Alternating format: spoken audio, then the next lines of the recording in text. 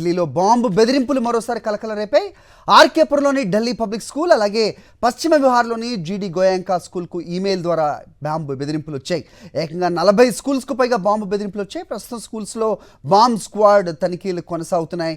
అయితే గతంలో కూడా ఢిల్లీలోని పలు స్కూల్స్కు బాంబు బెదిరింపులు వచ్చాయి. దీనిపై అప్డేట్స్ మా కరెస్పాండెంట్ వెంకటేష్ ఢిల్లీ నుంచి అందిస్తారు. వెంకటేష్, చెప్పండి, మొన్నటి వరకు ఎయిర్పోర్ట్స్ అలాగే ఫ్లైట్స్కి సంబంధించి చూసాం. ప్రస్తుతం స్కూళ్లకు ఈ బాంబు బెదిరింపులను వింటున్నాం. ఏం జరుగుతుంది, అప్డేట్ చెప్పండి.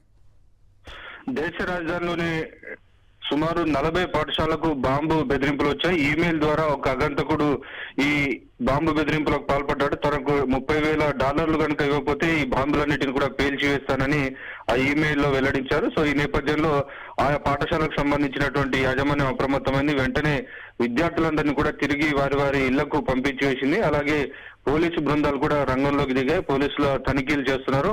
పోలీసులతో పాటు ఫైర్ సర్వీస్ సిబ్బంది, అలాగే డాగ్ స్క్వాడ్ కూడా రంగంలోకి దింపి ఏవైతే మెయిన్ గా ఈ బాంబు బెదిరింపు వచ్చినటువంటి పాఠశాలలు Mother Mary school, British school, Salwan public school, అలాగే కేంబ్రిడ్జ్ స్కూల్స్, వీటన్నిటి కూడా పశ్చిమ విహార్ అలాగే ఆర్కేపురంలో ఉన్నటువంటి పాఠశాలలన్నింటి కూడా ప్రస్తుతం తనిఖీలు కొనసాగుతున్నటువంటి సందర్భం.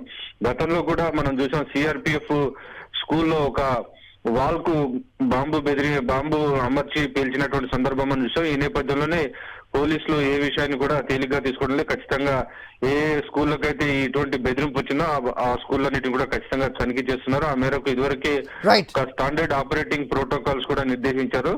ఎక్కడైతే ఇటువంటి